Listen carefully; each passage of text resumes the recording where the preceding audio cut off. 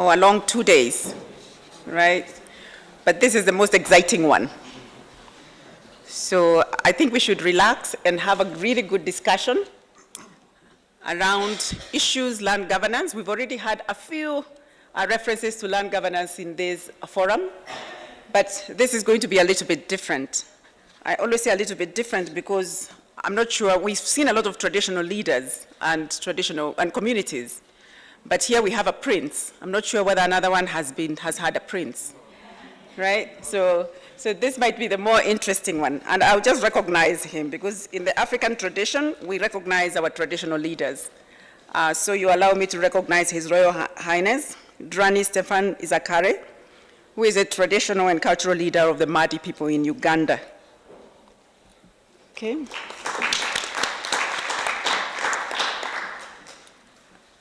And so this session is organized by the Africa Land Policy Center, which is a center of the African Union Commission, the Economic Commission for Africa, and the Africa Development Bank.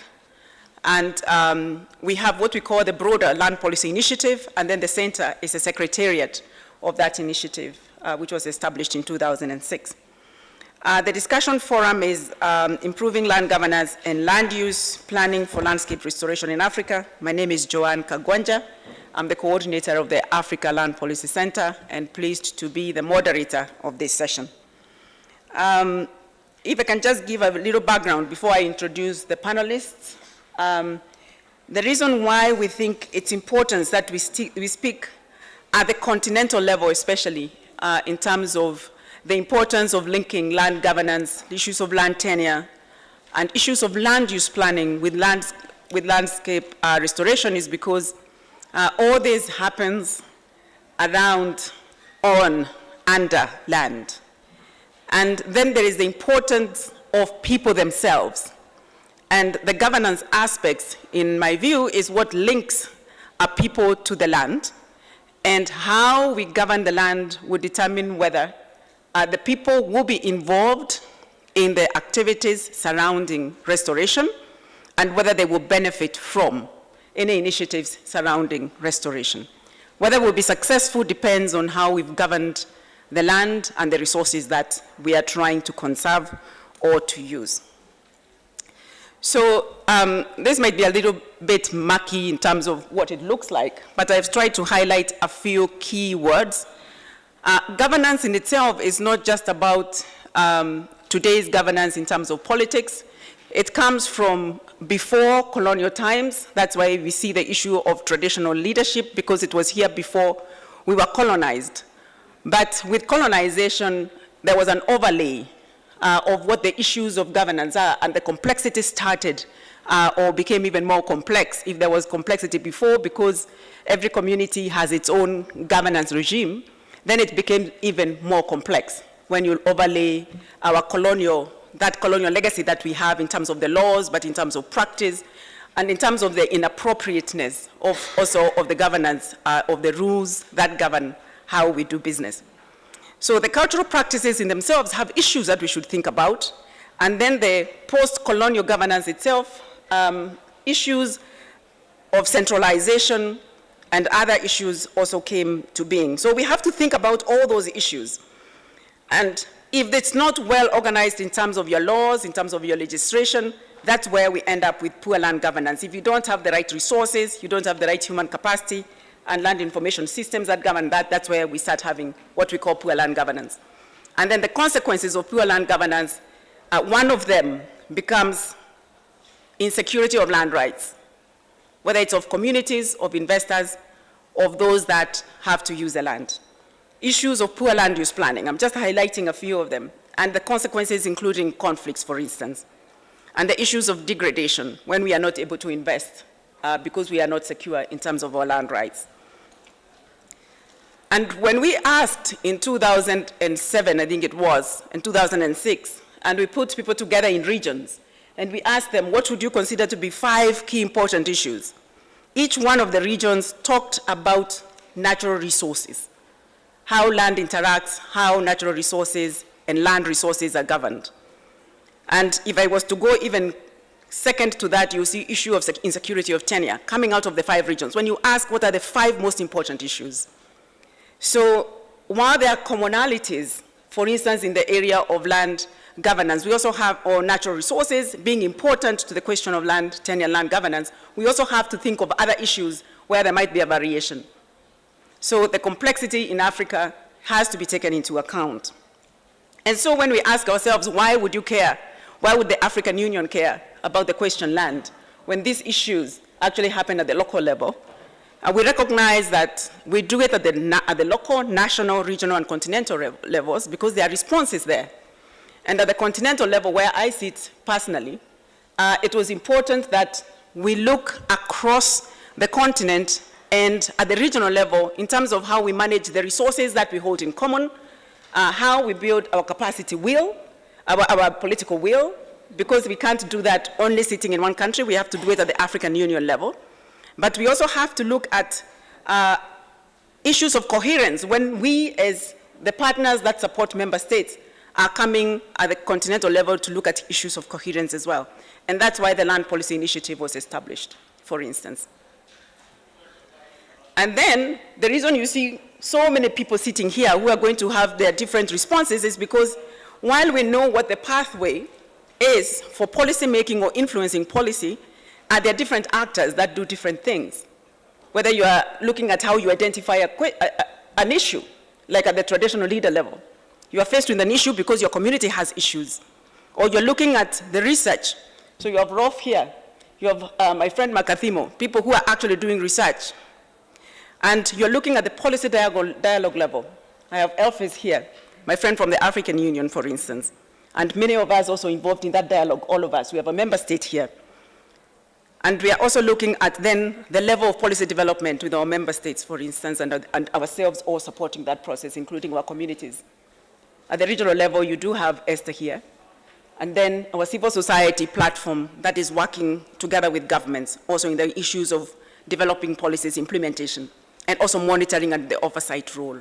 So you have all of us as stakeholders who are involved in all these processes, and we support our member states. And then we have ourselves as collaborators. So Rolf, we are collaborators as well, sitting at the centers. And that's why we are bringing together this panel to talk about these issues, to identify what the issues are, and what some of the solutions have been, and moving forward, what we shall be doing.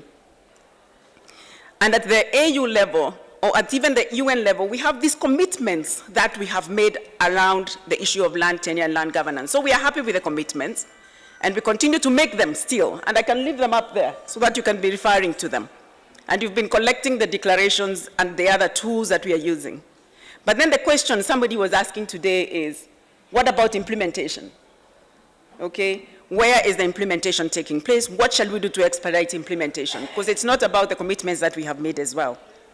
So I will start with Elphys. Elphys Porter-Jem is the one who is leading the work that is being done at the African Union on the Great Wall of the Sahel. And I think can also touch on the Sahel Initiative a little bit, talk about what the agenda is on the continent in terms of restoration in these particular very difficult areas that we have. And then I'll move over to His Royal Highness Drani Zakari and look at what the communities, at the community level, some of the challenges are and how they're approaching the issue, how they partner with governments, for instance. And then I'll be inviting a representative of a member state that has made quite a lot of progress, Ethiopia, with Dr. Tefera from the Ministry of Environment and Forestry. And then we shall look at the regional level, at the area of IGAD, what exactly is happening there, how are they mainstreaming the question of land in other aspects of what they are doing, whether it is peace and security or forestry and other matters. Then we shall be talking to Mino in terms of how the civil society platform has been playing a role. And then Mwenda Makathimo from the Land Development Governance Institute, which is based here in Kenya, but they have been doing quite a bit of work, even training parliamentarians and others in the area of land governance and land, but also with your experience in land economics, issues of valuation, issues of land use planning, bring that to this discussion. And then finally, but not least, we shall be hearing from the researcher. After listening to all these issues, from the research perspectives, what are some of the lessons that we are learning? Where are the good practices that we have seen? And then you can tell us, Rolf Sommer from the International Center for Tropical Agriculture. So I thank you all for coming, especially the panelists, and I look forward to a very fruitful discussion, and you're welcome to be lively and ask questions as well. I will give them each 5 minutes. Thank you.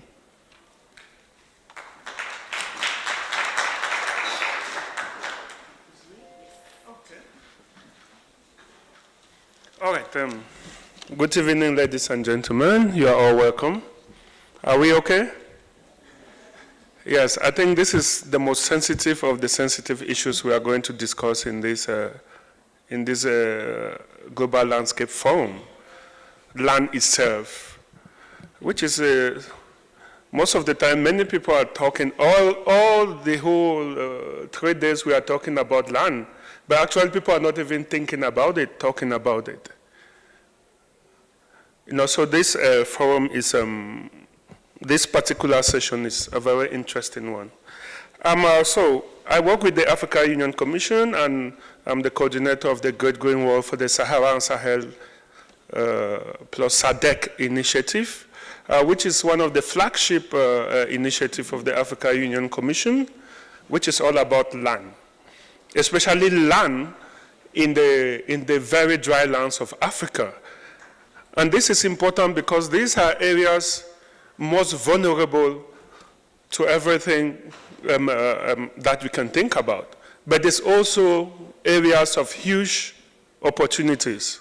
When we talk about the Great Green Wall, we are talking about the heads of state thinking about how do we make sure that the populations and the ecosystem of the dry lands of Africa are maintained, and that we have in situ development, and that we can make sure that the lands are managed in such a way that we set up a benefit sharing mechanism that is going to stop one of the biggest conflicts of our time, which is about land use and access between the diverse stakeholders. So at the level of the Africa Union Commission, we talk land, but we also talk soil. Because there's this, if you ask somebody what is land, what is soil, there will be total confusion. Because soil is very, very interesting. But land is not soil. Because if you go to our constitution, you look at land, it's everything within a particular area from below and above. So that's why when you buy a piece of land, you can build even a 100-story building. But is that soil? And most of the challenges that we have is not even about the land, it's about the soil, the access and the use. Because when the land is not fertile or the productivity drops, that is not about the land, it's because of the soil. So we had a very interesting discussion here the last 2 weeks about soil and land, and about how it's no longer a fixed asset as we used to do, as we used to think in economics. So at the Africa Union Commission, Joan have already virtually made my work very easy. But we have, the issue of land is very important. And the Africa Union is implementing various programs to ensure that land can continue to feed its people and to ensure the development that we want to see in the Agenda 2063 and in the SDGs.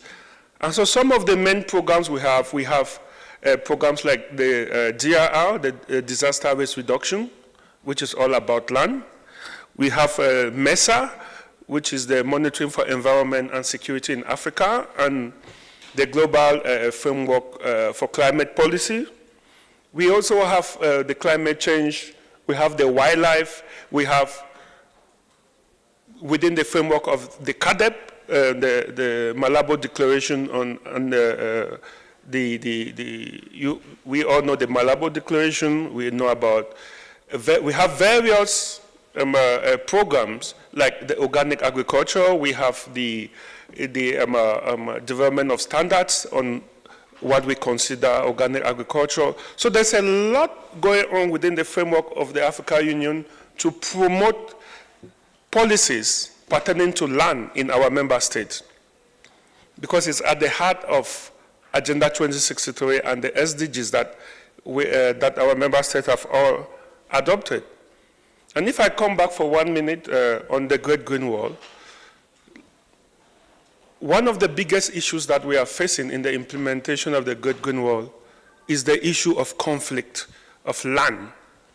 Apart from the other conflict like the extremists, like the terrorism, one of the biggest problems now we face, I think if you are watching the news, in Nigeria now, the Boko Haram now has become secondary. The conflict between the pastoralists and the agriculturalists is killing 10 times more people than what Boko Haram is doing. And that is same for, you hear that in this country, in Kenya, you hear that in Tanzania, you hear that in Cameroon, in Chad, everywhere. So the issue of land has transcended the normal issue that used to be about agriculture.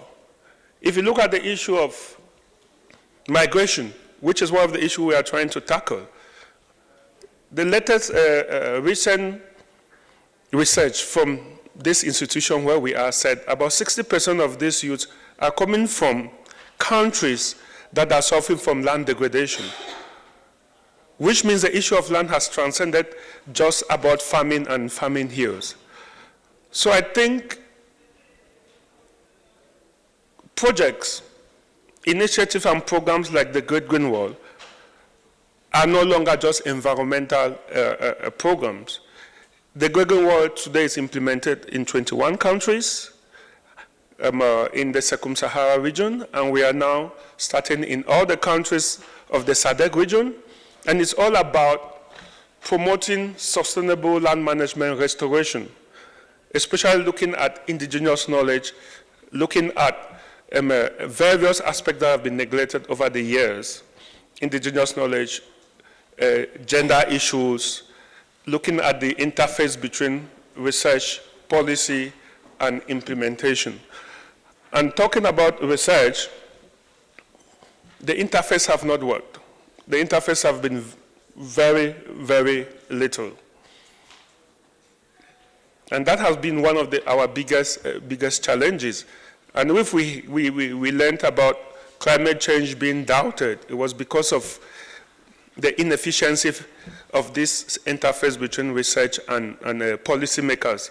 I'm at the AU and I see that very often. So, John, we'll be ready to talk more, but for now, let me leave it at this level. Thank you very much.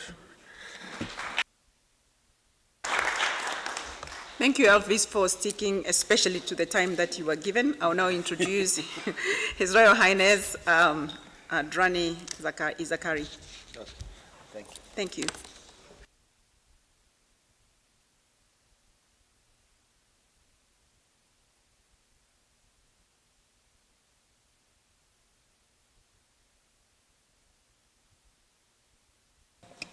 Hi, good afternoon. It's great to be with you here today. May I dare call it evening? I don't know. It's not past the hour, is it?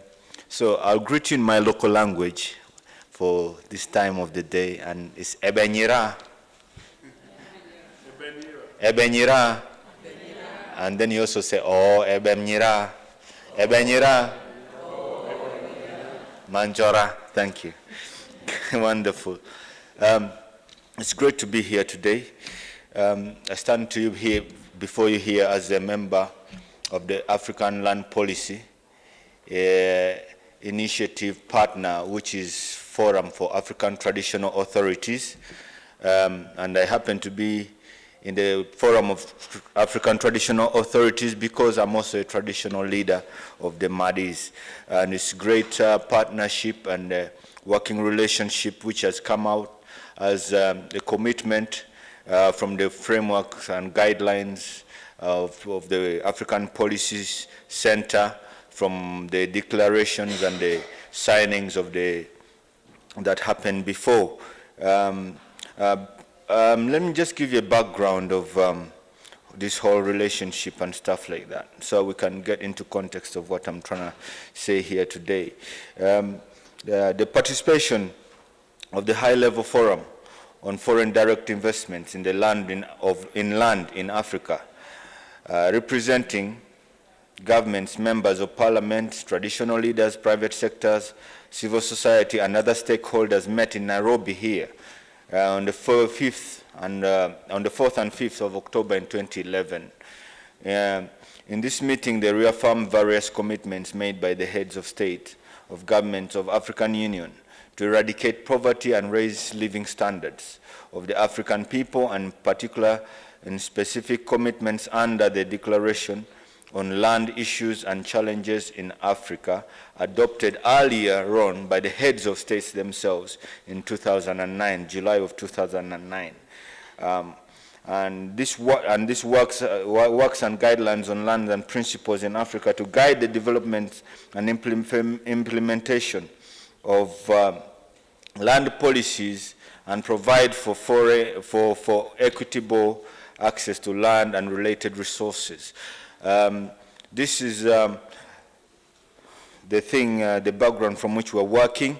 Of course, they were aware of the spiritual significance of land and stuff like that to the African people, that land is at the center of life in Africa, and of course the equalities and inequalities that had been going on and stuff like that, and that the women also suffer a lot more, and also there's also the need for the investors to be secure. And so all these things were taken into account for large-scale land-based investments and all those kind of things. So all these things were taken into consideration, and they resolved to work together in close consultation with governments, parliaments, regional economic community blocks, and traditional leaders and all these kind of people. As traditional leaders, why do I keep saying, and how do we come in? Land in Africa is owned mostly under the traditional land management system. This is our culture, this is how we are, this is who we are, you cannot change that.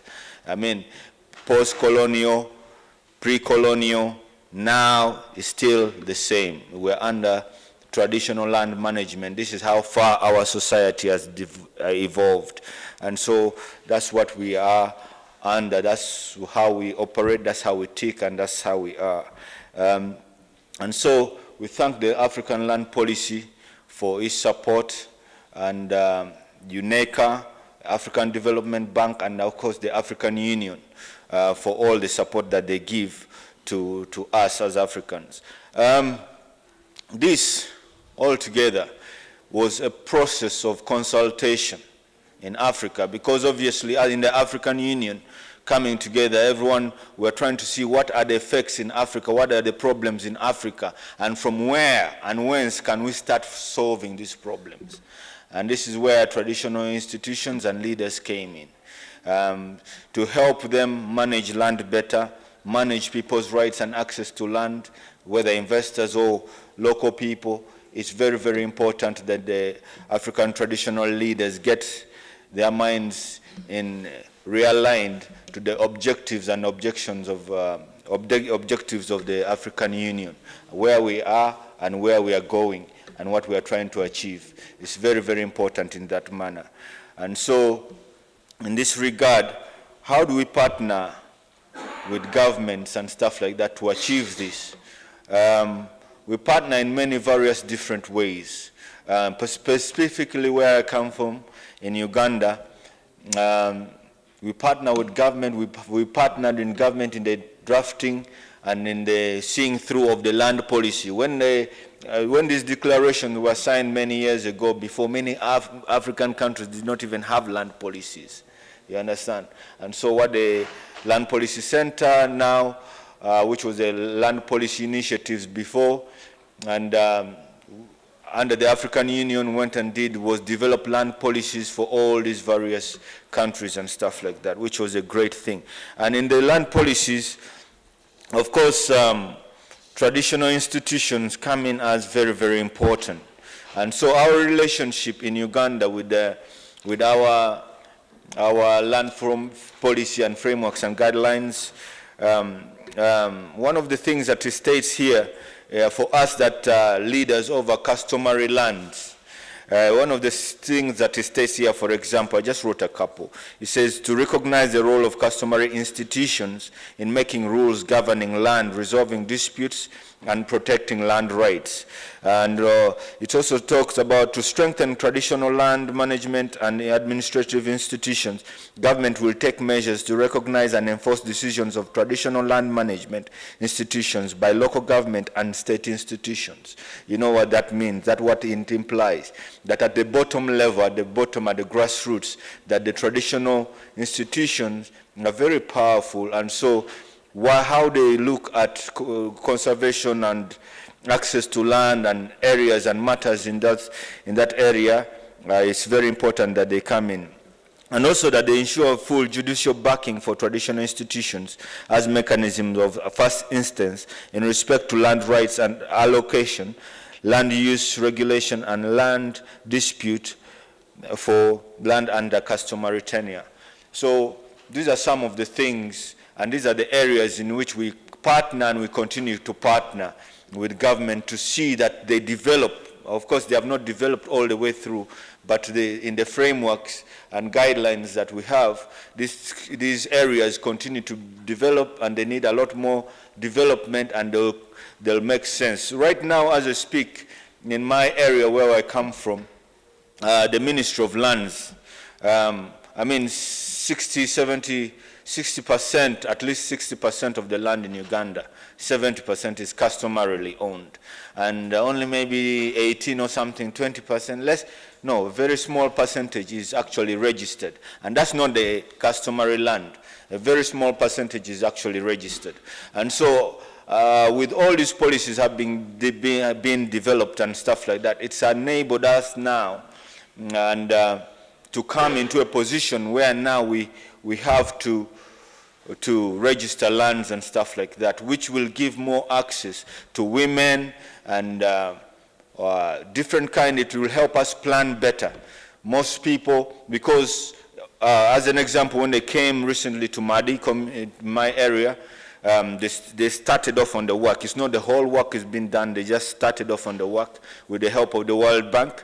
And we've been able to register many, many people and women, especially women, and especially our policy looks at the women inclusion, and that they are at the forefront of land management and land rights, and their names are included and everything. And so that if someone wants to sell a land or a man or something, they have to inquire of the woman first. And if they agree, then they would have to inquire of the children who might be older than 18 or something like that. So it makes things a bit more complicated, but a bit more equitable. And it aims in the right direction. So these are some of the relationships that we have developed and are developing with central government in relation to land use. But I believe that traditional institutions can play even a much greater role.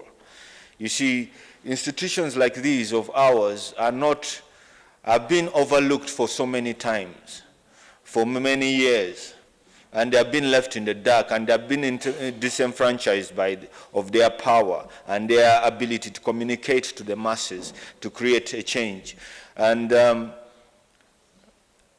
in the new awakening, because Africa has tried it for so long without the traditional leaders, and all we have got is wars, carnage, and all the other things.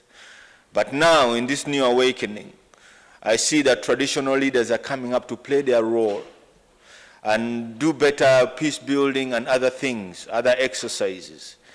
And also in the issues of environmental protection, they are able to mitigate in many, many areas and stuff like that. Because the forest protection, for example, is something that is strictly mostly under the traditional leaders.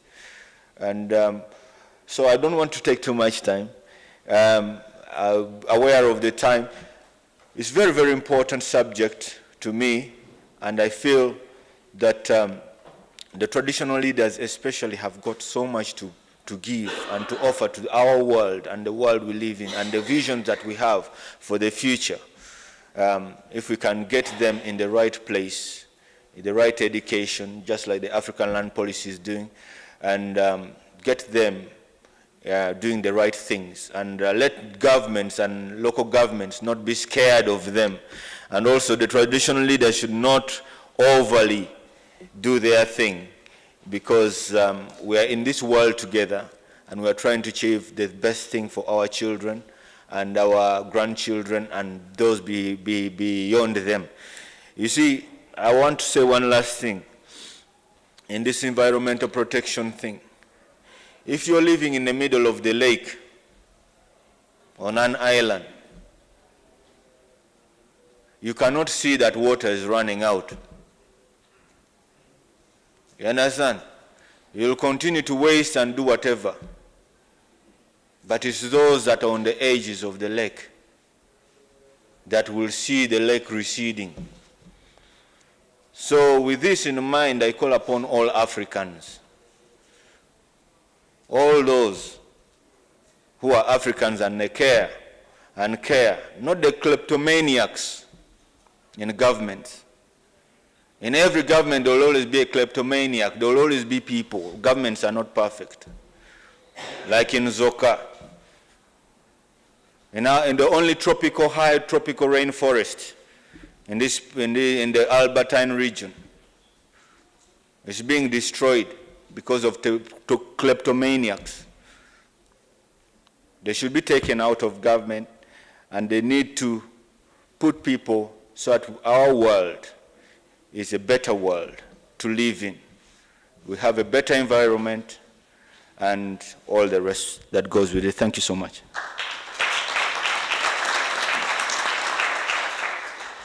Thank you very much for those words. It's always a pleasure to partner with you and with the rest of the forum, the Traditional Authorities Forum. They really are the advocate, I think, especially on behalf of the AU agenda in terms of how you secure land rights for women. And since they hold so much land, it's a little bit easier that maybe we can be able to address some of those issues by touching on those jurisdictions. So thank you very much for those insights.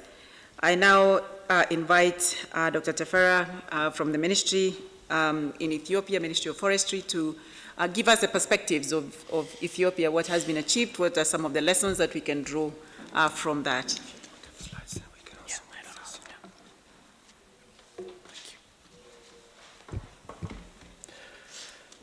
Thank you. It's a pleasure to be here to share the experience of Ethiopia, and I thank the African Land Policy Center for engaging Ethiopia to share the experience. Well, as you all know, Ethiopia has a unique landscape, and the land of Ethiopia is unique in terms of its mountains and lowlands and drylands. We say 50% of African mountains are in Ethiopia. And in addition to this, about 60 to 65% of this land is dry. So it becomes very important to design proper governance of these landscapes to achieve success. And the government of Ethiopia has felt the importance of properly managing and governing these landscapes, not only for the people of Ethiopia, but beyond the people of Ethiopia. In this sense, there have been different policy approaches by the government of Ethiopia, and one of which is the Rural Land Administration Proclamation. And before that, there was ideological battle between scholars on the ownership and tenure security of land in Ethiopia. Some say privatization is better, others say no, land should be public property. Finally, the government in its constitution has already agreed to make land public property and government property, but with additional privilege in the Rural Land Administration Proclamation to secure use rights to individuals. And this has provided a very good provision for individual actors on land. And more recently, there has been land registration and certification. And this has been done in many of our regional states. Individuals are certified and registered for use on their land. Not only individuals, communities also get registered for communal lands. And this has increased efficiency and sustainability of activities on land use systems. I believe it has affected land use decisions, positively affected, and it has become positive incentive for individuals to manage their land, not just for today, but also for tomorrow. We have a very good witness in some of our regional states where tree-based livelihood is increasing from time to time.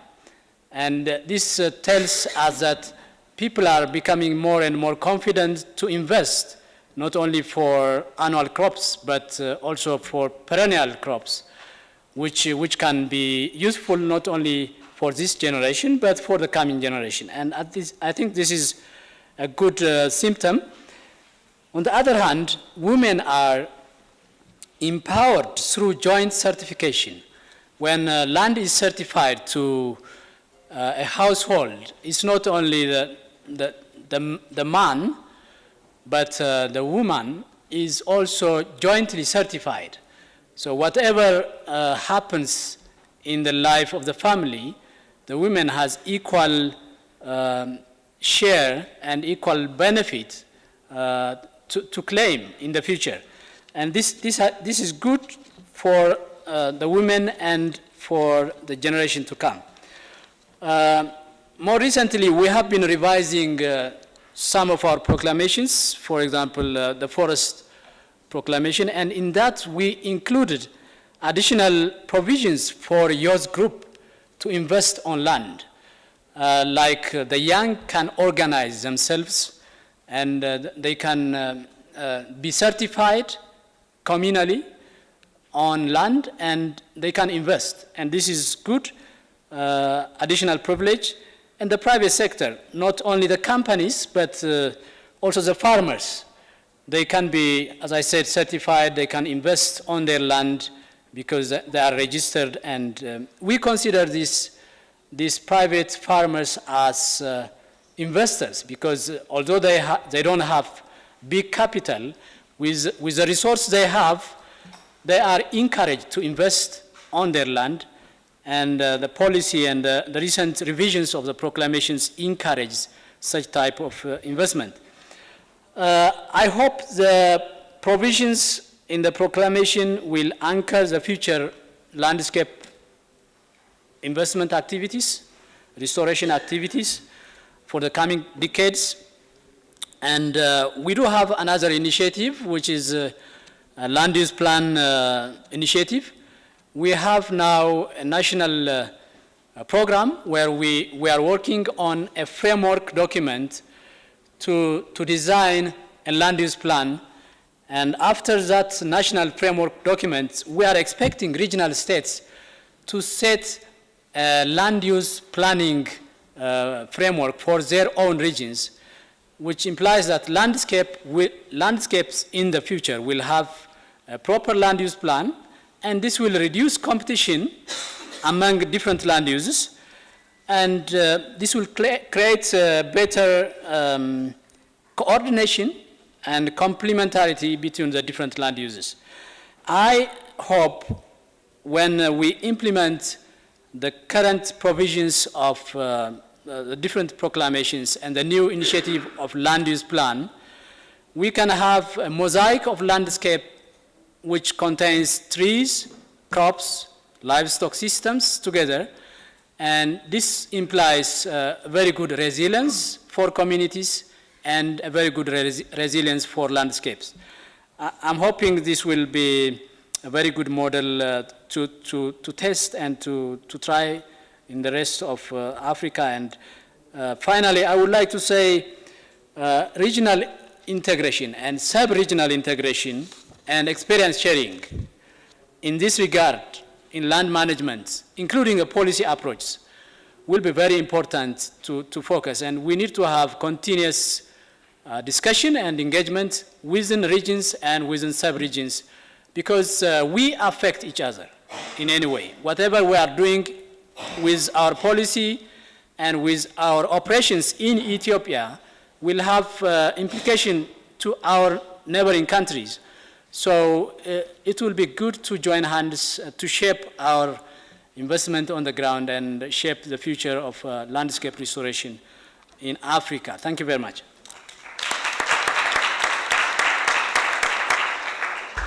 Thank you, Dr. Ferre, for that very articulate framing, I think, of the issues. I think it was easy for us to follow how the policy is impacting on the use and the different frameworks that have been set. And good to see why Ethiopia is making so much strides.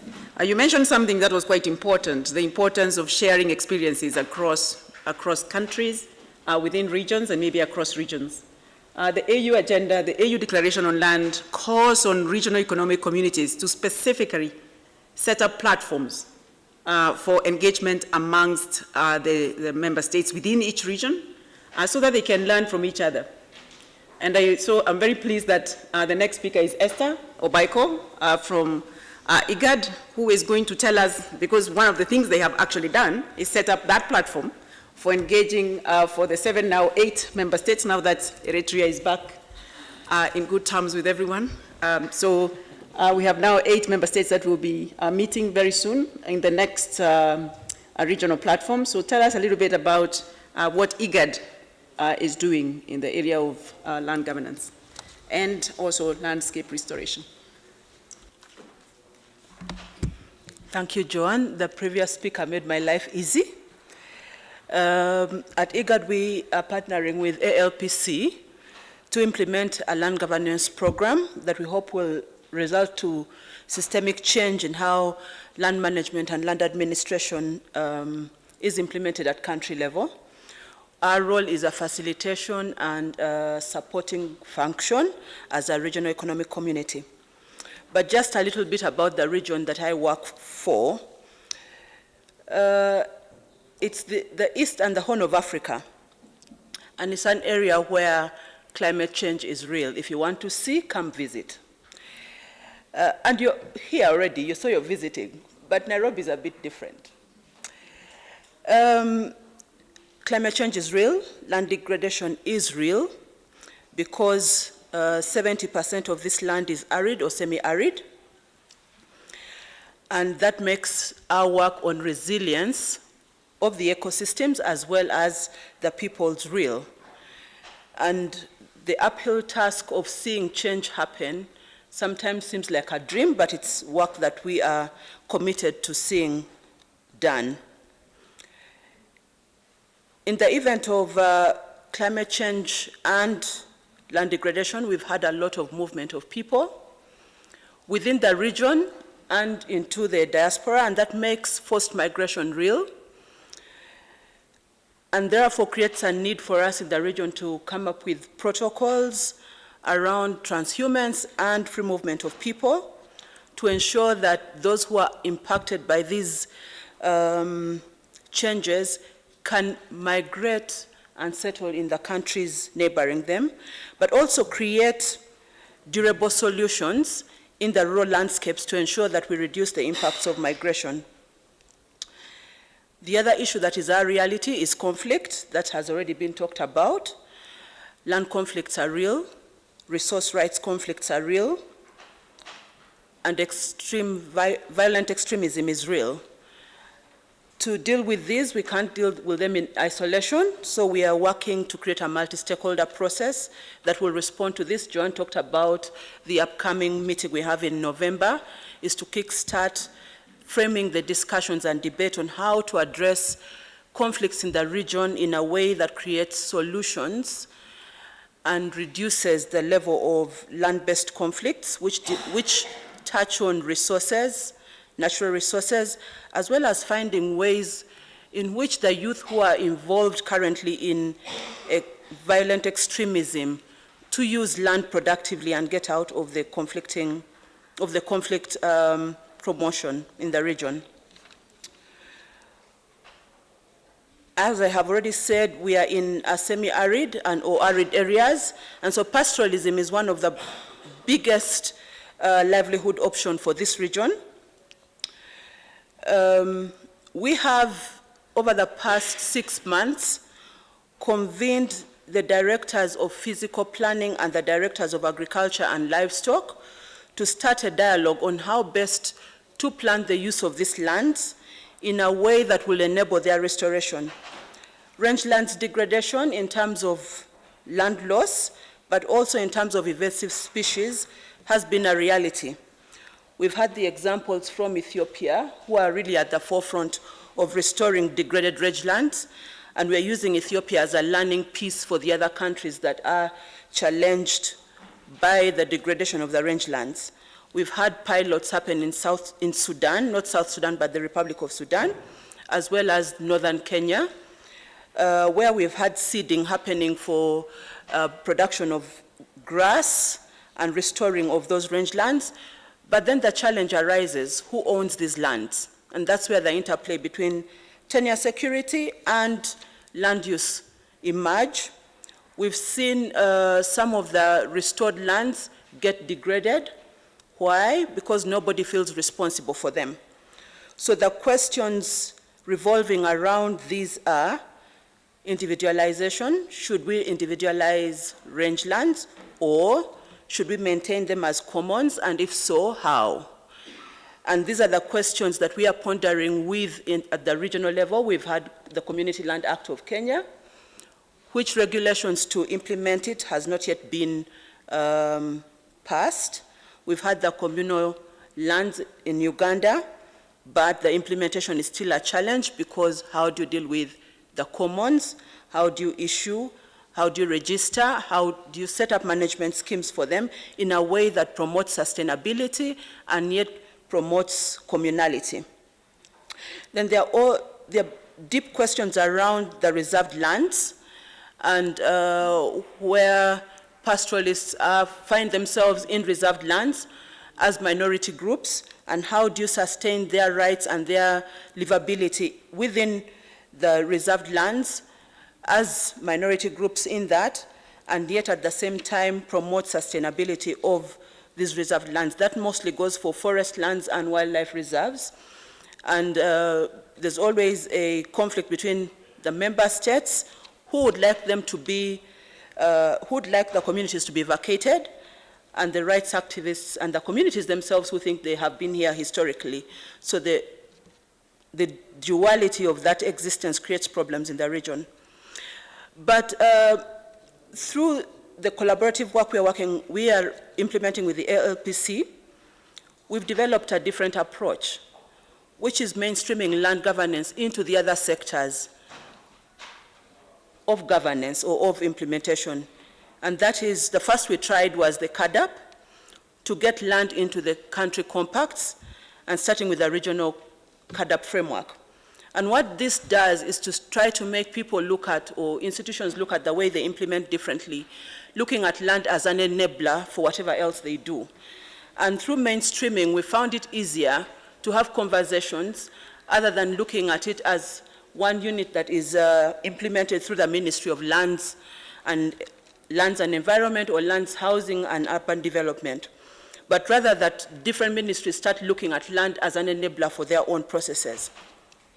And therefore, this means that we will not be having one multi-stakeholder process, but several multi-stakeholder processes, and also building different inclusive communities of practice that would be at the center of each particular sector. So for example, when we're dealing with land and conflict, we will not only be discussing with the Ministry of Lands, and which we will not only be talking to Ministry of Justice, but also then involve the other sectors such as The ministry is responsible for extractives, ministry is responsible for water, ministry is responsible for environment, because all these are impacted when we talk about conflict. But also ministry is responsible for internal affairs and foreign affairs, and that completes the package. When we talk about land and gender, for example, we will not only speak to ministry responsible for lands and ministry responsible for gender, but bring the other key players on board that are important for this. For example, ministry is responsible for traditional affairs, for we know that custom often is the setback for implementing gendered reforms. Involving ministries responsible for justice, and ministries responsible for finance, because they're the ones who set budgets, and therefore we need to bring about gender budgeting in our discussions. In so doing, these stakeholder processes for the IGAD region help us to, one, implement the AU agenda on land, but also make sure that at country level we have far-reaching effects in the delivery of our mandates. And therefore it makes it possible to cascade what we do at regional and continental level to the country level in terms of policy development, implementation, and monitoring. Thank you. Well, thank you, Esther, for that, schooling us a little bit on how scaling it up a little bit from the national level or down from the continental level is helping us to achieve what we want. I think it's very exciting. I feel almost like I can retire when I listen to that, because when we started in 2006, Ruth, you're here, and others, so many of you in the room, Frank and everybody, Frank even before that, we didn't have RECs talk land governance at all. But they were talking about peace and security, they were talking, including the African Union itself. And it just helps when I hear us talking about land governance, not as the business of the ministries of lands, but as business of everybody and everyone. And then also hearing so much about people in it, about communities, about those communities that are always affected. It's just music a little bit to my ears, so I think it's really exciting. And we'll hear more probably about people from Mino Ramarazon, who is representing the civil society platform. Another, we work with so many communities, and this is another community, the civil society. We wondered in 2006 how we can engage with civil society on land, because as you know, civil society is diverse, it's not homogeneous, neither do they have a club. And so it was very difficult at the beginning. So on their own, we just supported a little bit the establishment of a civil society platform, which works on several issues, and maybe Mino can talk a little bit about that. And it has made it so much easier for us, as it has made, I'm sure, for RECs and also for the AU to engage with civil society around a certain issue. But the civil society platform, just like we have FATA, the Forum for African Traditional Authorities, a one-stop, a place where we can go and have these discussions and engage at the continental level is very useful. So, Mino, please.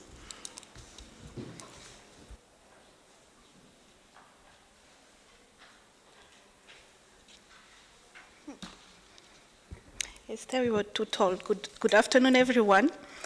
I'm Mino. I'm here to talk on behalf of the civil society platform. On behalf, because we are not, as Joanne was saying, we are diverse, very diverse actors. So what we come up with when we started, we decided to meet and then see what are the main issues that as civil society organization we want to focus on based on what the work that we are doing at local and national level. So we decided to look into 6 thematic areas. When we started in 2014, we looked at women land rights, large-scale land-based investment, community land rights, transparency and accountability, monitoring and evaluation, and the last one, but not the least, natural resource management. And then we developed a thematic paper based on all our view, because we are many interlocutors with different issues. So it was important for us to say, when we're talking about one thematic area, then we have this position on this issue as a civil society platform on land in Africa. So it's really a people-centered approach, and we have made it as participatory as possible. We had our last meeting at the beginning of this month to just again plan and see how best we can interact with the RECs, with the national governments, what we are doing at local level, and make the work that we are doing visible and integrated within all the implementation and the dialogues that is happening from the regional to the local. And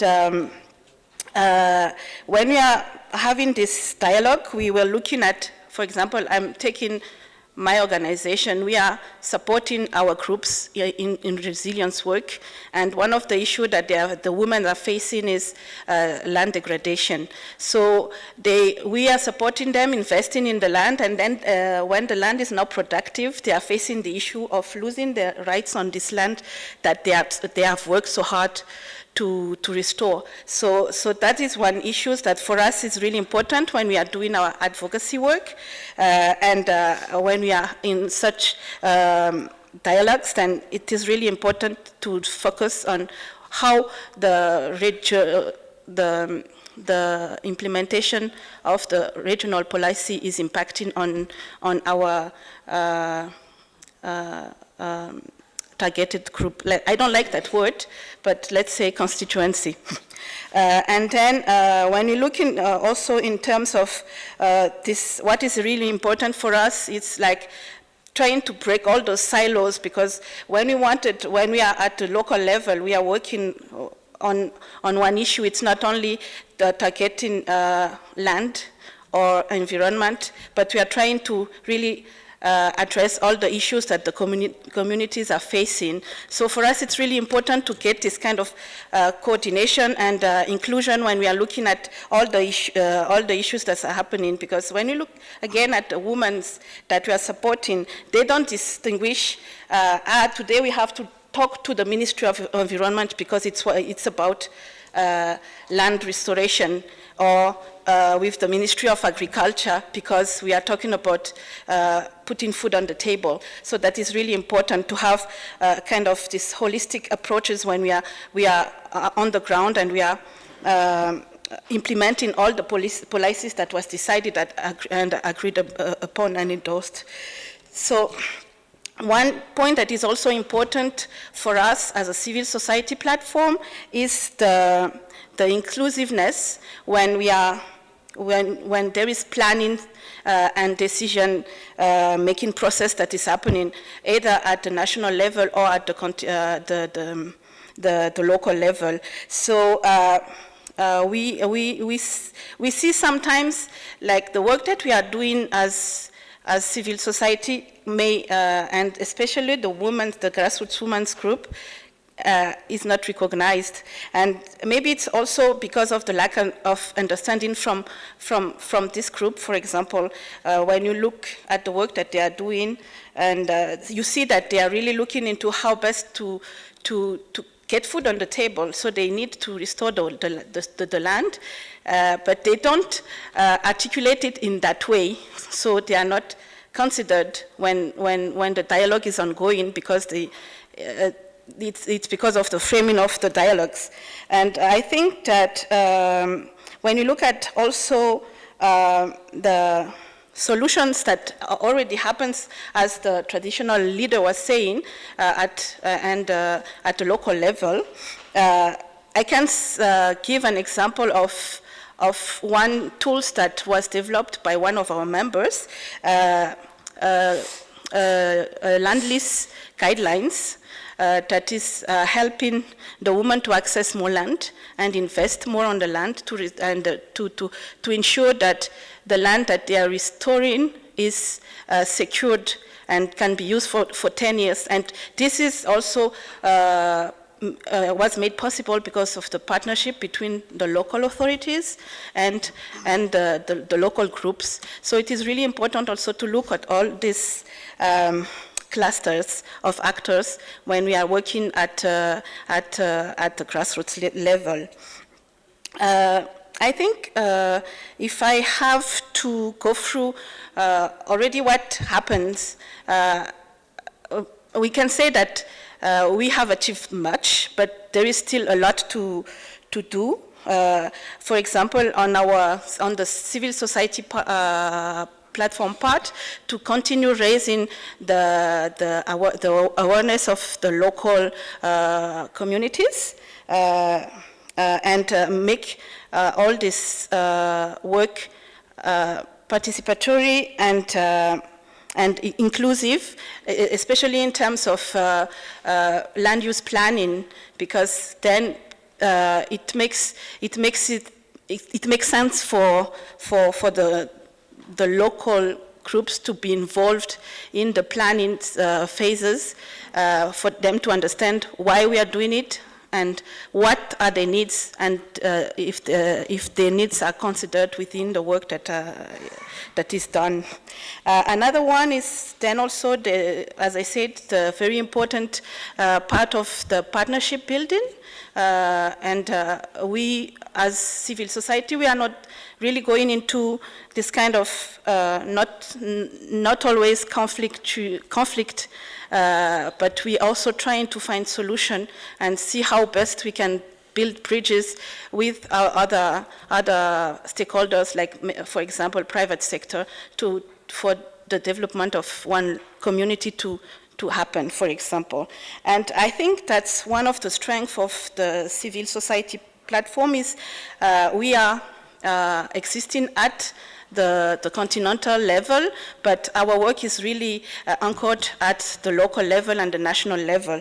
So it's one way a bottom-up and a top-down approach that we are trying to have every time on policy, but also on implementation. So it makes sense to continue working in that way, and I think that not looking at land governance when we are talking about landscape restoration, maybe we may lose something, especially when we are looking at these people-centered approaches that make sense for everyone to move forward. Thanks, Mino. Let me move quickly to Mwenda Makathimo from the Land Development Governance Institute here in Kenya. And you have a lot of experience being a think tank on these issues and these linkages. And please tell us a little bit about what you do and how you are approaching also this action research, because I think you and Rolf, you are more in these practical ways of research, also capacity building, and at the same time advising governments as well. Thank you very much. It's difficult to speak after so many people have spoken, but at the Land Development and Governance Institute, our main aim is to create a bridge between policymakers and the beneficiaries of policy, which is community and all other stakeholders, and that's where we focus. And our background is more of professional with specializations across land management, legal, planning, surveying, land economy, and agricultural management, and all that, and housing. And we realize that most of the times the researchers and the professionals speak their own language that is not understood by policymakers, that is not understood by community, that is not sensitive to others other than them. So our key thing has been to get this knowledge, get it real, identify the gaps, then getting to the right table. We recognize the full cycle of land governance, and what we've been monitoring, or what we've been looking at, is mainly the rules, the regulations, the institutions, the policies, and how they are being made. And we are happy that the African Union has sensitized the states to make policies. And we've noticed most of the African countries are putting efforts. Some have concluded, some have not concluded, but there's increased effort in making land policies. Like Kenya, one has been made, including a land use policy, Uganda, and many other countries to cite. But what we have noticed is the biggest challenge on governance is the political economy of land, where the politicians who are key on governance, they will pass the policy in parliament, but its implementation, if it affects their constituencies and their votes and their power basis, the implementation gets challenged. And when we relate the land policies with issues of landscape restoration and environmental management, you start getting the conflicts at the political economy level. Because I'll give you a case of the Mau ecosystem in Kenya, where the political class championed to settle people within forested areas, and they gave them land rights and registered some of them. But then there is the Ministry of Environment and the environmental agenda seeking to restore this ecosystem. And you have different sets of politicians with all the policies passed, conflicting, not agreeing, because some are seeing votes. Others are seeing the resource from the forest. So that is a classical example of where you cannot do landscape restoration without discussing or without tackling land rights, land access, and land governance. Also, the question of accountability, where information about land, who owns what, where, is held a bit secretive, because the political leadership does not want to account. So you find in many areas the acquisition of land and who owns is not put open, it's not a VAT. Then the other thing that we've noticed is the lack of, and it has been mentioned, the lack of integration. Each sector sees themselves as a silo, so they make environment policy, they make water policy, agriculture policy, land policy. Each of them are trying to implement their own policies, and they have their own acts of parliament that create their own institutions. So you have an environmental agency, like in Kenya we have NEMA, you have Warma on water, then you have a land commission, then you have all these institutions, each of them running with their own policy. And there's a lot of resource wastage, and they don't communicate. Each is trying to protect their turf. So I think for land governance to work effectively to restore landscapes and make it sustainable, there is need for harmonization and provision of integration platforms at all levels, at the devolved level, at the local level, even as we talk of the regional levels.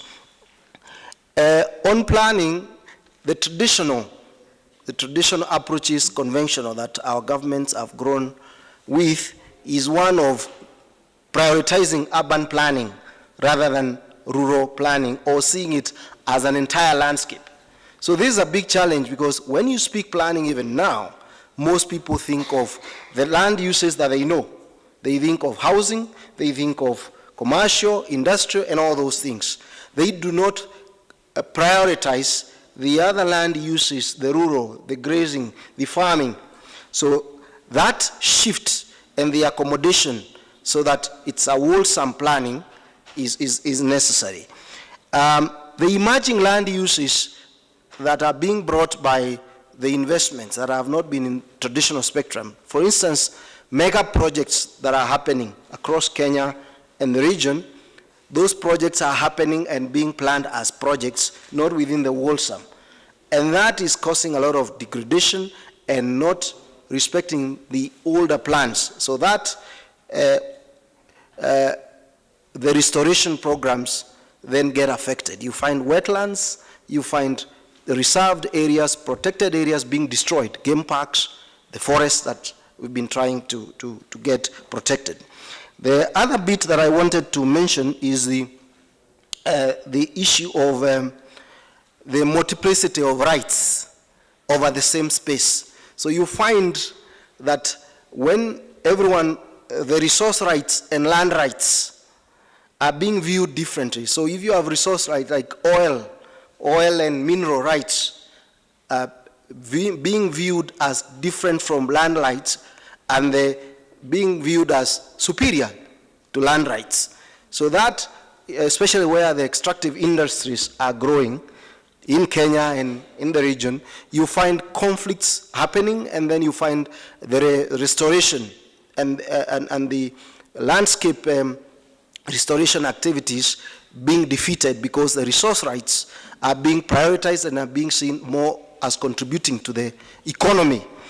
The other bit that I wanted to talk about is the growth, the urbanization, the fact that our urban areas are growing so much. If you walk around Nairobi, you will not notice when you leave Nairobi and go to the next counties, Kiambu and the rest, those who are in Kenya. And this growth is forcing landscapes to be changed from agricultural. This forcing coffee farms to be changed into urban spaces without tackling the issue of planning them as integrated and taking care of them. And the rights are changing, the uses are changing in a manner that has, in a scale that had not been anticipated before. So we need to look at action that tries to harmonize this and that looks at the wholesome agenda. Even as policies are being made, there is need to ensure that these policies and regulations look at a wholesome picture and that they are sequenced so that they feed into each of the processes. Lastly, if you look at questions of youth, women, and gender, I think they have been put into policies, not from an enterprise manner, but from just saying we invite to meetings, we'll have these other issues, but they need to be seen as enterprises, as contributing to enterprises and within the resource flow. So that is what has been lacking, and at the impact level, at the impact point, has been communities suffering, loss of livelihoods and loss of rights, because these basis, these governance parameters have not been addressed in a very harmonized manner. Thank you very much. Well, thank you very much for complicating our lives. But the beauty of it is that we have research, right? So our colleagues, especially from the CG centers, have these programs, some of them now running across the centers, so that they can look at the different perspectives of especially issues land, issues natural resources. I think our colleague Ralph is also part of the Waterland and Ecosystem Program, but also within CIAT. So once you listen to all these complexities and all these parameters, you can help us out by a little research, solve our problem, and give us those solutions. So please, tell us a little bit about what you're doing. Yeah, thank you, Joanne. So you already introduced me, and that's also how Joanne and I know each other, because Joanne was one of the members of the steering committee of the Waterland and Ecosystems research program of the CGIAR. But unfortunately, we lost you. Maybe you can still change your mind. In terms of land governance, I said it before, I'm actually the dummy in the round here. I know little about land governance. I'm more into the land use planning, the biophysical design, the monitoring assessment of impacts and consequences. And therefore, I thought I should give you a quick, some 2-3 examples about where I think land governance and land restoration come together, or where there are issues. And then I also have an example on land use planning, and I put that photo already up there. It's a little bit of a teaser. So while I'm talking, you can think about what this is about and what are we up to with this landscape. One of the examples I wanted to talk about, but this has been exhausted by Dr. Tefera already, on the issue, one of the cases of Ethiopia where, and he mentioned it, Ethiopian farmers don't really own their land. It's by constitution, land belongs to the government or to the people in general. And there always has been this myth floating around that Ethiopian farmers don't own land and hence they have no interest in safekeeping it. And I think you have debunked it, and I don't want to exhaust it. I just want to add, we also see this from the science side. There has been, Ethiopia has made tremendous progress in securing land rights, And whenever we interact with farmers, we see that land tenure is not an issue anymore. It's, I can re-emphasize what you said about private farmers as investors. We have to see them as investors. And that's also what we see. The interest of farmers in land restoration is about increasing economic returns. That's what farmers see, and that's what they strive for when they are interested in the various plans we are implementing. So that's was my example number one. The second example, or let me first of all add to that property right issue. So what we see as scientists, things are not always as they seem. So the land lease, I think Ethiopia 99 years is the land lease, and then it's renewed. It's not uncommon. You see this in other countries as well, and Suriname would be another example where land is leased. But nevertheless, land is treated, leased, and sold as if it was private. So that's not about the lease or ownership. In turn, private land ownership does not mean that there's a vibrant market in land sales, and His Excellency also talked about these. There's a lot of cultural dimension about land is passed on from generation to generation and not easily sold. On the other hand, private land ownership also doesn't mean that this piece of land is suddenly immune to detrimental management that leads to degradation. So it's not an automatism to say I've secured land right and now land degradation is stopped. The concept of communal land may vary greatly. In some countries, regions, it may still be recognized inside the community as private in the sense that everybody knows who has access and who doesn't have access. Even private land may become communal throughout the seasons. We have heard the conflicts, and we are working in the northern part of Benin together with GIZ, trying to establish soil conservation practices, and one of these is the green manure cover crops. But the farmers are not very keen to plant cover crops because they say as soon as we go into the dry season and these crops are supposed to stay, we have pastoralists moving in and then they graze the land, and we don't want this. They even ask us, do you have poisonous cover crops?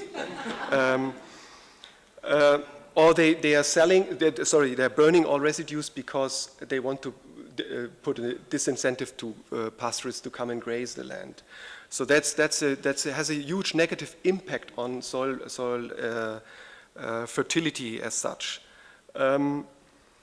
So how land is treated at the community level is, and what the legal status is, may be quite different on paper, but treated similar in practice, or vice versa. It looks similar on paper, but in reality it's quite different. And it has been mentioned before and also yesterday, what we see and what we find way more important is the many cases where gender norms with respect to land restoration prohibit moving ahead with the land restoration agenda. And it's these cases when women are not entitled to make decisions about land use change, when women are not the owner of trees, cannot plant, cannot decide where terraces are put, or where high-value crops are planted, the location of water pans and all of this we see as a big obstacle for moving ahead with this. And this is a pertinent issue, and we are getting even a bit impatient about this. I think there's enough talking about it. We have to change these rules, and I think in 1, 2, 3 years' time, this should be discussions of the past. In terms of restoring degraded lands, and I have one more example about land exclosures in Ethiopia, which is an interesting concept. We're talking about land that has been degraded, and one of the ideas is we need to rest that land. We need to exclude people from using land, exclude access. And you may say, what's the fuss about it? It becomes very interesting, and it gained quite some traction because now what the government is doing, what the communities are doing is they are handing out this land to the youth, jobless youth or landless people. These are then empowered by the community to manage, conserve the exclosures, There are strict management plans, and these young people can, for instance, install beehives or follow other income-generating activities. This is a thing that is where the Kebele, the lowest administrative level, decides details after having discussed these details with the local communities. And then it's moving upwards to the Voreda, to the zone and to the regional who manage these plans to bring them all together, who bring out guidelines and monitor impact. The challenge here is, so I'm bringing this is, I find an excellent example of very good land governance, but still challenges remaining, and that's when you restrict access, because there are people who are not benefiting, farmers who are no longer can graze their animals, who cannot collect firewood anymore, and it happens so that their children are not among the young people who have now the exclusive right to the use. And that generates conflicts with illegal access, stealing of firewood, and there are actually some interesting bylaws created to where in some Kebeles illegally grazing animals can be taken by whoever finds them.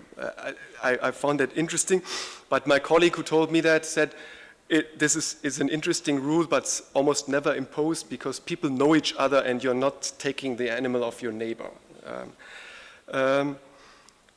So I said these bylaws are discussed at the community level and documented by the watershed committee, so it's all, and then communicated upwards. So it's a nice process, but challenges remain. I have another example from Ethiopia. Voluntary land consolidation is something we are also very interested in. It's a new concept. You may know in Ethiopia, the fields are fragmented. The farmers own land scattered all over the landscape. And that brings issues, especially when you talk about landscape restoration. And so there's now an initiative of a voluntary land consolidation. It's in its infancies, but we see a lot of scopes, a lot of benefits in terms of spillover of increased farm performance, higher incomes, more degrees of freedom for farmers, reduced farm labor requirements that could translate into farmers being more interested in putting restoration efforts into their farms. There's also a case to be made for these for the consolidation that the implementation of land conservation and the maintenance becomes a bit easier. The novelty of such an approach, and we were discussing this recently in our team, is that could also be something where, coming back now to the exclosures, that could probably free up resources where land could be put aside for reforestation, natural regrowth. So we are quite excited. But that last bit, of course, requires very clever, smart ways to do the land governance, because you would have to combine it with some sort of intensification, because you're basically, again, setting aside land. So now, quickly talking about that example. This is a landscape in Colombia, in the lowlands of Colombia, in the western Amazon. And there's a big project implemented by colleagues from us, funded by IKI, by the German government, the BMUB, the Environmental Ministry. And what you see here actually is, this is one farm. And my colleagues have gone through this exercise of land use planning, and that's what you see here. And you may say, oh, these are some funny pictures here, but this is the result of an exhaustive co-designing exercise with the farmers. That's a back and forth with experts on where do you put what could you do. And the entry point are these silvopastoral systems where farmers are interested in intensifying, increasing milk production. So that's a thing that works well in this environment, where farms are bigger, several dozen hectares per farmer. But how about now the Ethiopian landscape? That's a photo. And we have started a similar exercise where colleagues also said this is how land use planning could look like. And you can see some initial buffers, stone walls are built here. But if you talk about water harvesting options, rehabilitating gullies, reforesting, protecting sensitive areas. You're talking about 40, 50 farmers that would have to be included in that sort of land use planning. So the experience that we have gained in Latin America, it may be a challenge to transfer this here into these landscapes. And I leave that for maybe further discussion, but that's some of the things we are facing when dealing with land restoration. Thank you.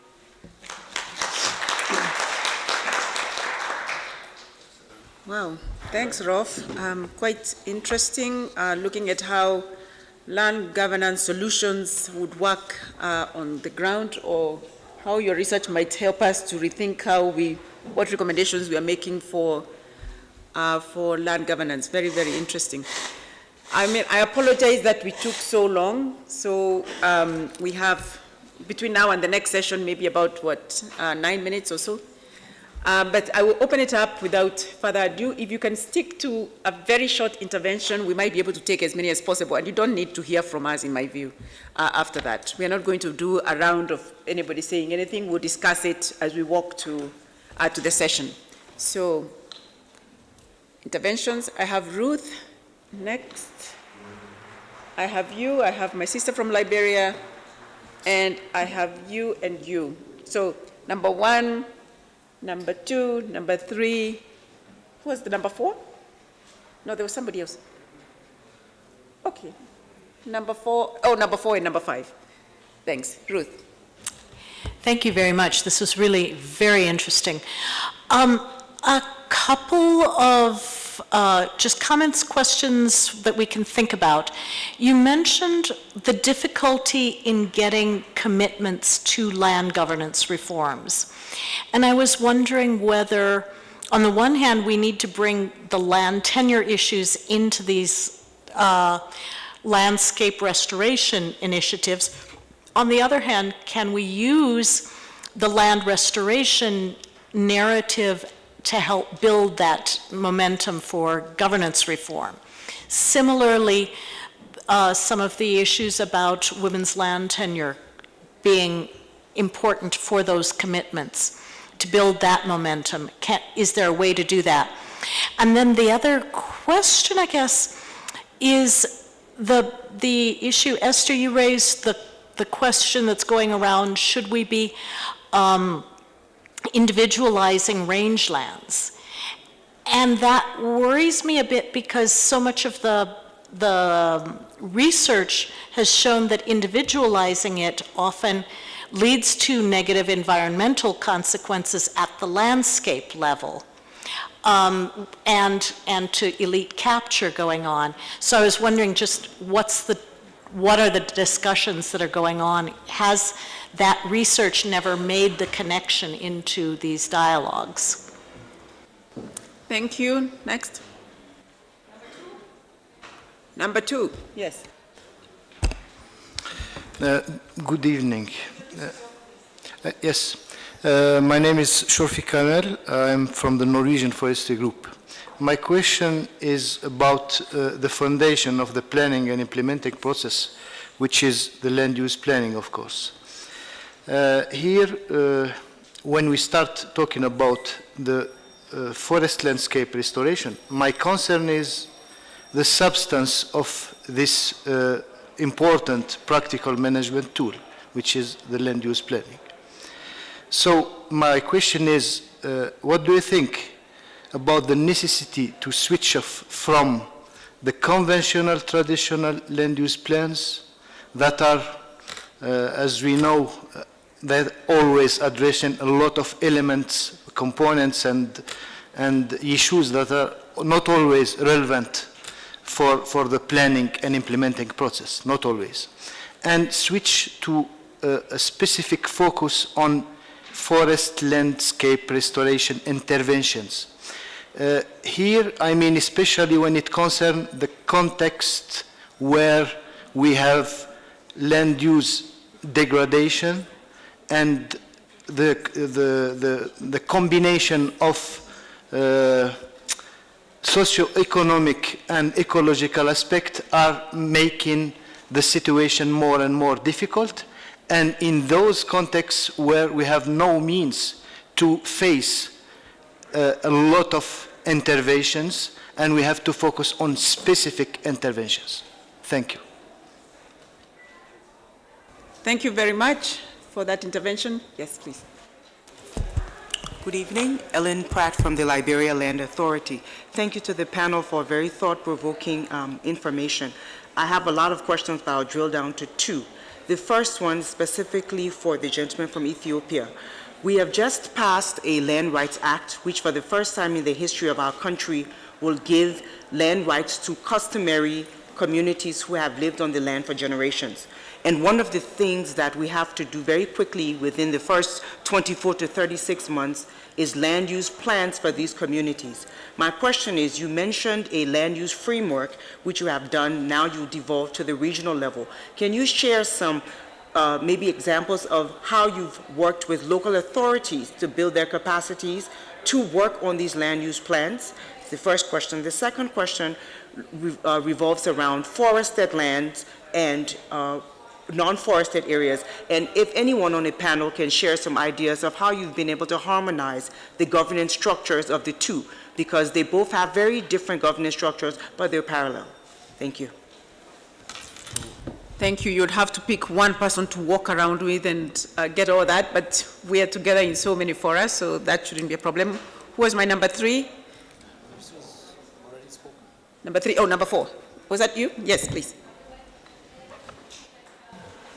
Just a couple of challenges. It's a very complex issue you're addressing in 45 minutes.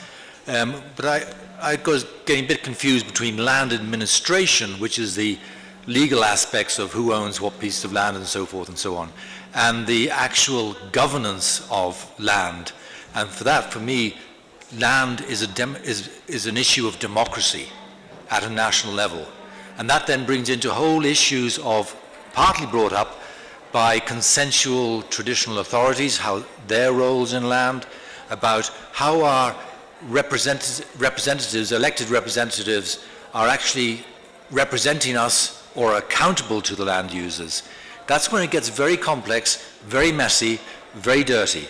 And but without really understanding that, we end up making a mess. And there's plenty of messes in this country. For example, in Kenya, they passed the Land Act for private sector, for individual, but community land, it's there, but not implemented.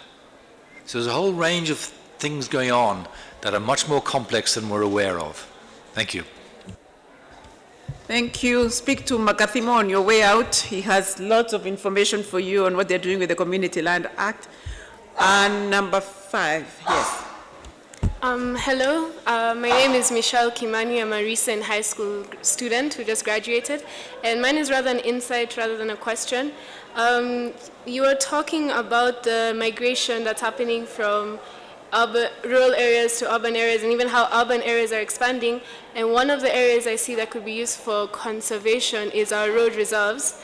In Africa, even in Kenya, our infrastructure is growing at incredible rates. We're expanding our roads, and the thing that's happening is that our road reserves aren't being marked or bordered, so people start encroaching, and it leads to pollution, and it leads to huge demolition cases whenever expansion of roads are happening. So I was doing a project in school where I came up with a solution where we use trees to mark the borders of our road reserves and inform it through media houses and try to get it through a policy. Thank you. Wow, very interesting.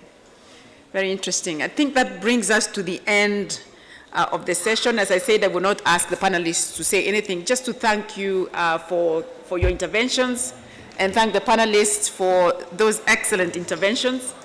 And continue to engage with us at the African Land Policy Center. We do engage with these communities and can link you up. And I think we move straight to the plenary session because we are here for the closing, I think. Thank you so much.